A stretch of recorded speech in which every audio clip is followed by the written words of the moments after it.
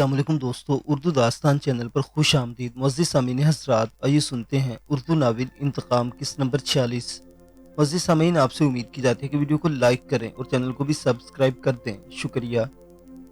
आलम शाह और सरमद एक दीवार से टेक लगाए इस तारीक कमरे में बैठे हुए थे जो यकीनी तौर पर किसी तहखाने का हिस्सा था।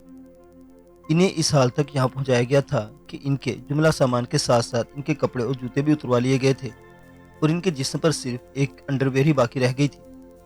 इन चीज़ों से महरूम होते ही आलम शाह ने एक बार फिर बातचीत से मामला हल करने की अपनी सी कोशिश की, लेकिन बाज़ल के चेले इसकी किसी पेशकश को खातिर में नहीं लाए थे और उन्होंने साफ बता दिया था कि इनसे जो भी बात होगी वो बाज़ल खुद करेगा।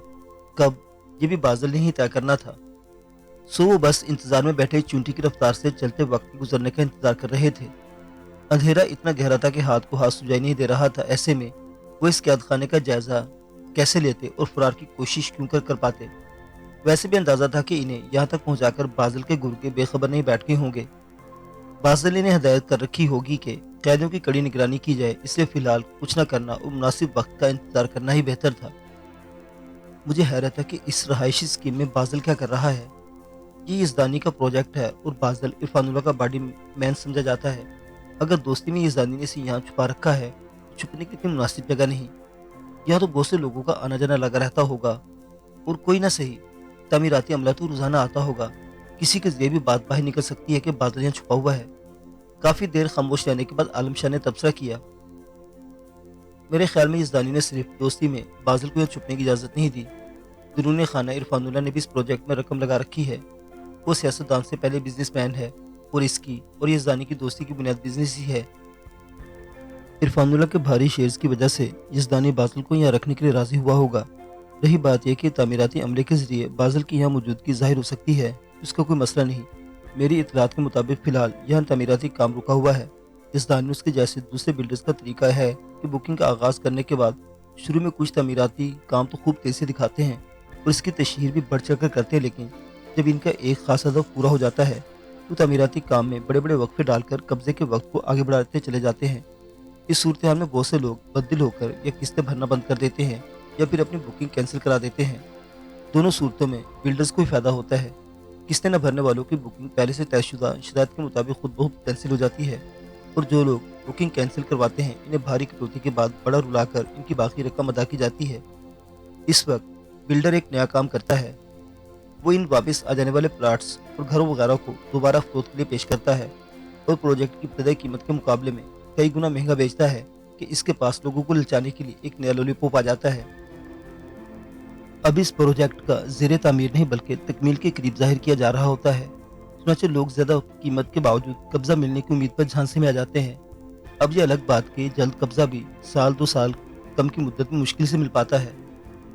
आलम शाह के तबसरे पर सरमद ने अपना भरपूर तजिया पेश किया, हाँ यार, ये लोग ख्वाबों के सौदागर हैं। अपना घर एक आम आदमी का ख्वाब सबसे बड़ा ख्वाब होता है और इस ख्वाब की ताबीर का झांसा देकर ये लोग इस आम आदमी को कांटों पर घसीट लेते हैं। आज से बंधा आदमी अपना और अपने बीवी बच्चों का पेट काट कर तयशुदा किस्तों के अलावा दीगर मालूम और नामालूम अखराज की मद में भी रकूम भरता रहता है, लेकिन इसे अपना गोहरे मुराद आसानी से नहीं मिलता। इस अरसे में बिल्डर के अलबत्ता वारे न्यारे हो जाते हैं और इनके अकाउंट्स भरते चले जाते हैं। आलम शाह ने भी हमदर्द लहजे में इसकी बात की तायद की, लेकिन फिर एक आवाज़ से चुका दिया। वो किसी के कराने की आवाज़ थी जो इसी कैद खाने की कोशिश से उभरी थी। इसकी तरह सरमद ने भी यह करा सुन ली थी, लेकिन वो भी इसी की तरह पूरी तौर पर समझ का अंदाजा नहीं लगा सका था। दूसरी बार आवाज़ दोबारा आई और कराने वाला जरा तसल्सल से कराने लगा तो इन्हें अंदाजा हो गया कि वो दाएं तरफ मौजूद है। घटा टोप अंधेरे की वजह से उसे देखने से कासिर थे, लेकिन यह अंदाजा हो रहा था कि वह जो कोई भी था अब तक बेहोश पड़ा रहा था और अब होश में आ रहा था। दोनों ने बेवक्त आहिस्तगी से आवाज़ के माखज की तरफ पेशकदमी की, पप पप पानी पानी पानी। अब वो बड़े करब से पुकार रहा था। आलम शाह और सरमद दोनों ठिठक गए। इन्हें नहीं मालूम था कि इस कैद खाने में पानी का कोई इंतजाम भी है या नहीं। अंधेरे की वजह से कुछ नजर नहीं आ रहा था। तुम पानी देखो, मैं शख्स को देखता हूँ, आलम शाह ने सरमद से कहा और आवाज़ की समत बढ़ गया। वो शख्स पुकारना छोड़कर अब भी धीरे धीरे कराहने लगा था। आलम शाह आवाज़ के सारे इसके करीब पहुंचकर टटोल कर इसके जिस्म को छुआ। छूते से लगा कि इसका हाथ अंगारों पर जा पड़ा है। वो शख्स बेइंतहा तेज बुखार की हिद्दत से जल रहा था। आलम शाह अंदाजे से अपना हाथ इस शख्स के चेहरे तक ले गया और धीरे से इसके दहकते हुए रुखसारों को थपथपाकर इसे पुकारा, कौन हो भाई, और तुम यहाँ इस हाल में क्यों पड़े हो? अपनी इस पुकार के जवाब में से सिसकियां ही सुनाई दी, लेकिन ये सिसकियां भी ऐसी थी जैसे इस शख्स के अंदर ढंग से रोने की हिम्मत भी ना हो। बस एक शदीद कर्ब था जिसका अंदाजा लगाया नहीं जा सकता था। यहाँ कहीं पानी नहीं है साईं। मैं चारों दीवारों के साथ टोलकर घूम कर देख चुका हूँ। आलम शाह सिसके लेते हुए शख्स के साथ हमदर्दी का इजहार कर पाता या किसी किस्म की तसल्ली दिलासा दे पाता, इससे कबल अंधेरे में सरमद की आवाज़ गूंजी, दरवाजे को जोर से बजाओ और किसी को पुकार कर देखो, शायद कोई आ जाए। इस शख्स की हालत बहुत ख़राब है और इसे तिब्बी इमदाद की ज़रूरत है। जो हुक्म साईं। सरमद ने अपनी अजली ताबेदारी से जवाब दिया और दरवाजे के करीब जाकर लोहे के इस भारी दरवाजे को दोनों हाथों से पीटने के साथ साथ जोर जोर से आवाज़ें भी देने लगा। पूरे 5 मिनट ये अमल अंजाम देते हुए जब इसे लगा कि इसके हाथ दरवाज़ा बजाते बजाते शल हो गए हैं और हल्क में खराशी सी पड़ने लगी हैं, तब कहीं जाकर रद्दमल जाहिर हुआ और खटपट की हल्की आवाज़ों के बाद रोशनी का छोटा सा दायरा नमूदार हुआ। रोशनी किसी छोटी टॉर्च की थी, लेकिन इतने शदीद अंधेरे में रहने के बायस काफ़ी तेज़ महसूस हो रही थी। वो जब इस कैद खाने में लाए गए थे तब लाने वालों में से एक ने ये टॉर्च पकड़ रखी थी, लेकिन वो शख्स सीनों पर ही रुका रहा और बाकियों ने असरे के जोर पर इन दोनों को कैद खाने में धकेल कर दरवाज़ा बाहर से मुकफ्फल कर दिया था। इस मुख्तसर अरसे में वो सिर्फ ये देख सके थे कि जिस दरवाजे से गुजार कर इन्हें कैद खाने में धकेला गया है वो भारी लोहे का बना हुआ है। इस दरवाजे में एक छोटा सा चकोर खला है जिसमें एक हाथ बाहर निकालने से ज़्यादा की गुंजाइश मौजूद नहीं है। आने वाला इसी खला के सामने आ खड़ा हुआ और अक्खड़ लहजे में बोला, क्या बात है, क्यों शोर मचा रखा है? पानी चाहिए। यहाँ जो दूसरा आदमी मौजूद है इसकी हालत ख़राब है, इसे पानी और दवा दारू की ज़रूरत है। सरमन ने तहम्मुल से इसे जवाब दिया, ऑर्डर तो ऐसे करो जैसे किसी 5 स्टार होटल में ठहरे हुए हो। इस शख्स ने तंजन कहा, मुझे मालूम है कि हम 5 स्टार होटल में नहीं जहन्नुम में मौजूद है, लेकिन इंसानियत के नाते एक बेबस और बीमार शख्स की खातिर मैं तुमसे ये मुतालबा कर रहा हूँ। सरमद का लहजा अब भी ठंडा ही था। जहन्नुम क्या होती है ये तो तुम उस वक्त पता चलेगा जब तुम इस जहन्नुम का अजाब सहोगे। अभी तुम्हें इस जहन्नुम की झलक दिखाने का इंतजाम करता हूँ। बजाय तैश का मुजाहरा करने इस शख्स ने भी ठंडे ठार लहजे में जवाब दिया और तेजी से वापस मुड़ गया। वो क्या करने वाला था इस बात का अंदाजा लगाना मुश्किल था। बहरहाल वो लोग इंतजार करने लगे कि शायद पानी आ जाए। इस बार इंतजार तवील साबित नहीं हुआ।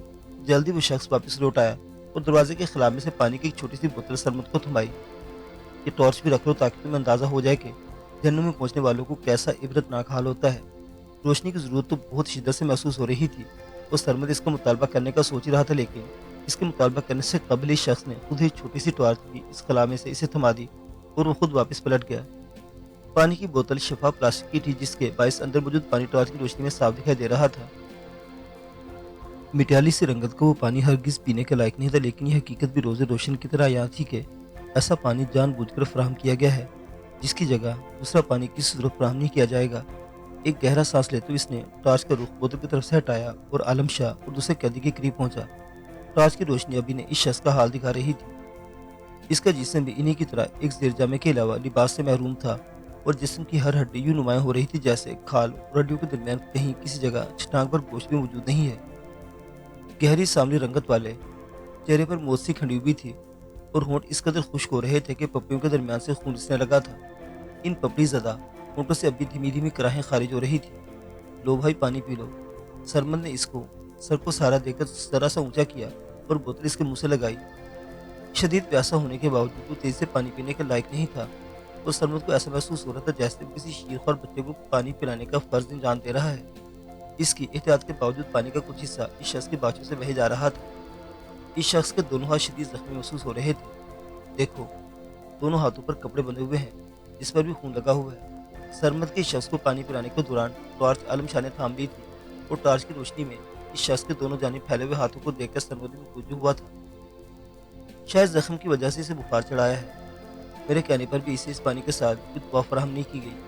पानी भी आप देख लीजिए कितना ख़राब है। जख्मी बीमार शख्स ने थोड़ा सा पानी पीकर ही बोतल से मुंह उठाया। सरमद ने नरमी से इसका सर वापस ज़मीन पर रखा और बोतल का ढक्कन बंद करते हुए जवाब में बोला, पट्टी खोलकर जख्म का जायजा लेते हैं, फिर एक बार कोशिश करेंगे कि इसके लिए कोई दवा वगैरह मंगवाएं। आलम शाह ने तजवीज़ पेश की जिस पर सरमद फौरन ही अमल पैरा हो गया। पट्टी भी क्या थी, बस पहले कुछ से कपड़े थे जिन्हें पूरी तरह हाथों पर मंड दिया गया था। सरमद ने दाएं हाथ पर कपड़ा बंधा खोलने का आगाज़ किया। फिलहाल बड़े शख्स ने कोई मुज़ाहमत नहीं की। कपड़ा काफ़ी बड़ा था जिसका हर बल खुलने के साथ खून की ज़्यादा मिकदार नजर आ रही थी, जिसका मतलब था कि जख्म में बहुत ज़्यादा खून बहा था और अब भी कुछ ज़्यादा रसाव जारी था, जिसकी वजह से इतना बड़ा कपड़ा भी तितर बितर हो रहा था। کہیں ایسا نہ ہو کہ پٹی کھولنے سے خون مزید تیز سے بہنا شروع ہو جائے۔ سرمد کے ہاتھ درمیان میں رک گئے اور اس نے تشویش کا اظہار کیا۔ اب تو پٹی کھل چکی ہے، پوری طرح کھول کر جائزہ لو کہ زخم کی نوعیت کیا ہے۔ جس قسم کی پٹی سے باندھی گئی ہے تو ویسے بھی اس قسم کے زخم کو سڑا کر رکھ دے گی۔ عالم شاہ نے جواب دیا۔ سرمد نے پوری پٹی کھول دی۔ پٹی کھل گئی تو وہ دونوں اس کے ہاتھوں کا حال دیکھ کر بھجک کے رہ گئے۔ اس کی پانچوں میں سے ایک بھی انگلی سلامت نہیں تھی۔ انگوٹھا، شہادت کی انگلی، چھوٹی انگلی تو جڑ سے ہی اکھڑے ہوئے، جبکہ درمیانی دو انگلیوں کی ایک اور باقی رہ گئی تھی۔ زخموں کا جائزہ لینے سے اندازہ ہو رہا تھا کہ ان پر کوئی باقاعدہ دوا فراہم نہیں لگائی گئی تھی، بلکہ خون کا رساؤ روکنے کے لیے زخموں پر اندر تک کوئی مادہ بھر دیا گیا ہے۔ وہ کوئی چکنا سا ٹھوس مادہ تھا جو خود بھی خون میں لتھڑا ہوا ہونے کے باعث پہچان میں تو نہیں آ رہا تھا، لیکن چھونے پر سرمد کو ایسا لگا کہ وہ مومیا سے ملتی جلتی کوئی شے ہے۔ اس شے کی موجودگی کے باوجود زخموں سے ہلکا ہلکا خون رس رہا تھا۔ شاید پٹی کھولنے کا بھی اثر پڑا تھا۔ اب کیا کروں سائیں؟ زخموں کی تشویشناک حالت دیکھتے ہوئے سرمد نے فکر مندی سے عالم شاہ کی طرف دیکھا۔ میں کوشش کرتا ہوں کہ یہ لوگ اس بیچارے کو طبی امداد پہنچانے پر راضی ہو جائیں، یا کم از کم ہمیں ہی فرسٹ ایڈ کا کچھ سامان مہیا کر دے کہ کم از کم اس کے زخموں کے ڈھنگ سے پٹی تو ہو جائے۔ عالم شاہ خود اس کے زخموں کی نوعیت دیکھ کر تشویش میں مبتلا ہو گیا تھا، اور اس اجنبی کے لیے اپنے دل میں گہری ہمدردی محسوس کر رہا تھا، اس لیے فوراً ہی اپنی جگہ سے کھڑا ہوا اور دروازے کی طرف بڑھا۔ چھوٹی سی ٹارچ نے اسے اندھیرے سے قید خانے کا منظر کافی واضح کر دیا تھا۔ وہ ایک اچھا خاصا بڑا کمرہ تھا جس کا فرش دھول مٹی سے ہٹا ہوا تھا۔ کمرے میں مسلسل ایک ناگوار سی بو محسوس ہو رہی تھی جو عقبی طرف سے آتی محسوس ہو رہی تھی۔ ٹارچ کی محدود روشنی میں عالم شاہ نے دیکھا کہ اس جانب ایک تنگ سا راستہ ہے۔ اس طرف کیا ہے، یہ جاننے کی خواہش سے اس نے پسے پوچھ ڈالی اور دروازے کچھ اور خلا سے منہ لگا کر اس قید خانے کے نگرانوں کو پکارنے لگا۔ اس بار زیادہ آوازیں نہیں لگانی پڑی اور رد عمل فوراً ہی ظاہر ہو گیا۔ تم لوگوں کو چین کیوں نہیں ہے؟ یہ نہیں کہ آج کی رات آرام سے سو جاتے، اس کے بعد تمہاری زندگی میں ایسی کوئی رات آنا بہت مشکل ہے جب تم سکون سے سو سکو۔ آنے والا بڑبڑا لیکن عالم شاہ نے توجہ نہیں دی اور سنجیدہ لہجے میں بولا، اس دوسرے شخص کی حالت بہت خراب ہے۔ اگر اسے مناسب طبی امداد نہیں ملی تو وہ مر جائے گا۔ بہتر ہے کہ اسے کسی اسپتال لے جاؤ۔ بلے بھائی بلے، فرمائش تو دیکھو سائیں سرکار کی، ایسے آرڈر دے رہے جیسے قید خانے کے بجائے اپنے جاگیر پر موجود ہیں۔ اس شخص نے مذاق اڑایا۔ آرڈر نہیں، درخواست سمجھو۔ وہ شخص سچ مچ بہت تکلیف میں ہے اور میں کسی کو اتنی تکلیف میں نہیں دیکھ سکتا۔ عالم شاہ نے رسان سے کہا، یہ جہنم ہے شاہ سائیں، اور جہنم میں آنے والوں کو اذیتیں ہی سہنی ہوتی ہیں، جہنم میں علاج معالجہ نہیں کیا جاتا۔ اس شخص نے سرمد کے الفاظ پکڑ لیے تھے اور اسی حوالے سے طنز کر رہا تھا۔ پلیز ان باتوں کو رہنے دو اور انسان کی حیثیت سے اس شخص کے تھوڑی سی ہمدردی سے سوچو۔ اگر تم اس کا تسلی بخش علاج نہیں کروا سکتے تو اتنا کرو کہ کچھ ضروری دوائیں، صاف پٹیاں ہی لا کر دے دو، ایسے تو مر ہی جائے گا۔ عالم شاہ کو اس وقت قطعی یاد نہیں تھا کہ وہ کتنے بڑے باپ کا بیٹا تھا اور اپنی حویلی میں اس کی کیا شان تھی۔ اس وقت وہ ایک انسان کے لیے انسانیت کے ناطے کچھ کرنا چاہتا تھا، اس لیے اس معمولی آدمی سے بھی انکساری سے درخواست کر رہا تھا، میں تمہاری بات یہ مان لیتا ہوں، لیکن جلد تم جان لو گے کہ تمہاری ہمدردی اس شخص کے لیے زیادہ بری چیز ہے۔ وہ شخص اپنے کہہ کر واپس پلٹ گیا۔ وہ ایک بار پھر اس کا انتظار کرنے لگا۔ اس دوران سرمد عالم شاہ کے مشورے پر بوتل سے چلو چلو پانی نکال کر اس شخص کے ماتھے اور سر پر پھیرنے لگا کہ کچھ تو بخار کی شدت کم ہو۔ اس بار وہ شخص 10 منٹ کے وقفے سے واپس لوٹا اور دروازے کے خلا میں سے کچھ چیزیں عالم شاہ کو تھمائی۔ ان اشیاء میں کپڑے کے ٹکڑے، ایک زخم پر لگانے والا ٹیوب اور 2 درد کش کی گولیاں تھیں۔ اتنے شدید زخمی شخص کے لیے یہ سامان نہایت ہی ناکافی تھا، لیکن اس وقت اس نے اسے بھی غنیمت جانا۔ سب سے پہلے اس نے سرمد کے ساتھ مل کر کسی نہ کسی طرح اس شخص کو دونوں گولیاں نگلنے پر مجبور کیا، پھر ممکن حد تک زخموں کو صاف کر کے ان پر مرہم لگانے کے بعد دوسری پٹی باندھ دی۔ آپس میں مشورہ کر کے انہوں نے زخم میں بھرا ہوا مادہ باہر نہیں نکالا تھا۔ وہ جو بھی شہد اس نے خون کا بہاؤ کو روکا ہوا تھا اور وہ اسے نکال کر صورتحال کو مزید خراب نہیں کر سکتے تھے۔ اس شخص کے دوسرے ہاتھ کا بھی پہلے ہاتھ جیسا ہی حال تھا۔ انہوں نے اس کے دوسرے ہاتھ کی بھی ممکن حد تک برہم پٹی کی۔ پھر سرمد ایک کپڑے کو پانی میں بھگو کر اس کے ماتھے پر پٹیاں رکھنے لگا۔ اس ساری کارروائی کے دوران وہ شخص گرمناک انداز میں کراہتا رہا، لیکن اس میں اتنی طاقت نہیں تھی کہ ان دونوں کو کچھ کرنے سے روک پاتا۔ ایک دو دفعہ اس نے دردناک لہجے میں چھوڑ دو، معاف کر دو جیسے جملے ضرور ادا کیے، لیکن یہ بھی کوئی باقاعدہ گفتگو نہیں تھی اور بخار کی شدت میں طاری ہونے والی اس ذہنی کیفیت سے مشابہ سمجھی جا سکتی تھی۔ عالم شاہ نے سرمد کو اس شخص کے ساتھ مصروف چھوڑا اور ٹارچ ہاتھ میں لے کر کمرے کے عقبی حصے میں نظر آنے والے مختصر راستے کی طرف بڑھا۔ یہ راستہ ایک تنگ گیلری نما جگہ میں کھل رہا تھا جہاں ایک اور بغیر کواڑ کا دروازہ نظر آ رہا تھا۔ اس جگہ پہنچ کر بدبو کی شدت میں مزید اضافہ ہو گیا۔ پھر بھی عالم شاہ نے ہمت کر کے قدم آگے بڑھائے اور دروازے سے جھانکا۔ جھانکتے سے زور سے اکائی آئی اور وہ تیز سے واپس پلٹا۔ وہ ایک چھوٹا سا باتھ روم تھا جہاں پانی کا انتظام نہ ہونے کی وجہ سے بہت غلاظت پھیلی ہوئی تھی۔ ان کا ساتھی قیدی اور شاید اس سے پہلے کچھ اور لوگ بھی اس جگہ کو ہوائی ضروریہ کے لیے بحالت مجبوری استعمال کرتے رہے تھے، اس لیے وہاں کی اتنی بری حالت تھی۔ کیا ہوا سائیں؟ سرمد نے اسے اتنی بری طرح اکائیں لیتے ہوئے دیکھا تو زخمی کو چھوڑ کر بےتابی سے کھڑا ہو گیا۔ کچھ نہیں یار، بس گندگی سے طبیعت متلا گئی تھی۔ عالم شاہ نے ہاتھ اٹھا کر تسلی دی اور خود کو ذرا سنبھال کر بتانے لگا کہ پیچھے موجود باتھ روم کتنی بری حالت میں ہے۔ جو لوگ بندے کو پینے کا پانی ایسا دیں، وہ باتھ روم میں کوئی صورت کیسے دے سکتے ہیں؟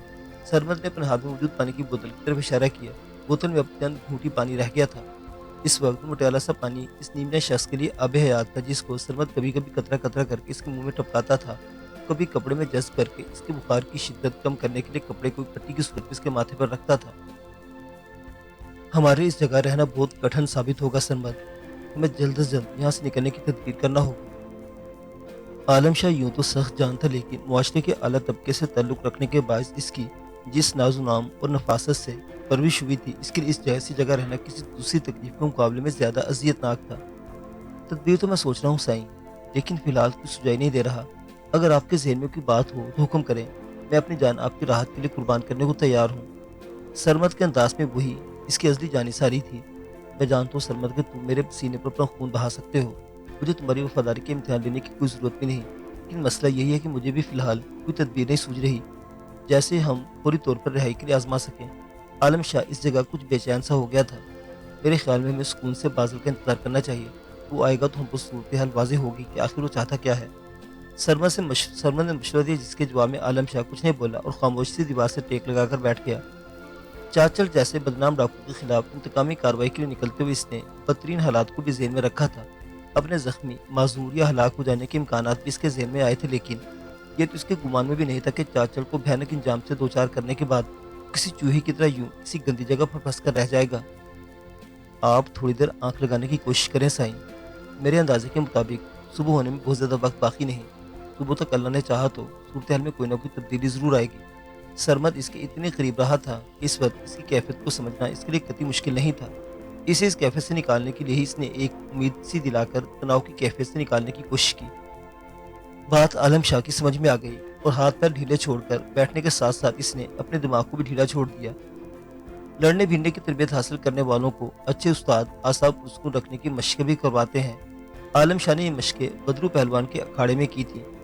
بدرو کا وہ تربیتی اکھاڑا اس کی اور ماس کی دوستی کا نقطہ آغاز تھا۔ مختصر عرصے میں وہ بہترین دوست بنے تھے اور بہت جلد ہی ماس اس سے جدا بھی کر دیا گیا تھا۔ ماس کہاں تھا وہ نہیں جانتا تھا، لیکن یہ حالات کا عجیب الٹ پھیر تھا کہ اس وقت وہ ماس کی دشمن کے جال میں پھنس گیا تھا۔ ماس کے ساتھ گزارے اچھے وقت کے بارے میں سوچتے بالآخر سولی پر بھی آجانب نیند اس پر مہربان ہو گئی۔ وہ کتنی دیر سویا رہا اسے اندازہ نہیں ہوا۔ دوبارہ اس کی آنکھ کھلی تو وہاں رات جیسی تاریکی نہیں تھی اور بہت معمولی سے ہی صحیح روشنی پھیلی ہوئی تھی۔ اس روشنی کا کچھ حصہ دروازے کے چکور خلا سے اندر آ رہا تھا اور کچھ اس تاریک راستے کی طرف سے جس کی دوسری طرف وہ غلیظ باتھ روم موجود تھا، جس کی ایک جھلک نے ہی اس کی طبیعت مقدر کر دی تھی۔ دھوپ اندھیرے کے مقابلے میں یہ روشنی امید کا پیغام تھی۔ اس روشنی نے ایک آس جگائی تھی کہ اس قید خانے سے فرار کا کوئی راستہ مل سکتا ہے۔ معزز سامعین حضرات، یہ کہانی بھی جاری ہے۔ باقی واقعات اگلی قسط میں۔ دیکھتے رہیے اردو داستان۔ اللہ حافظ۔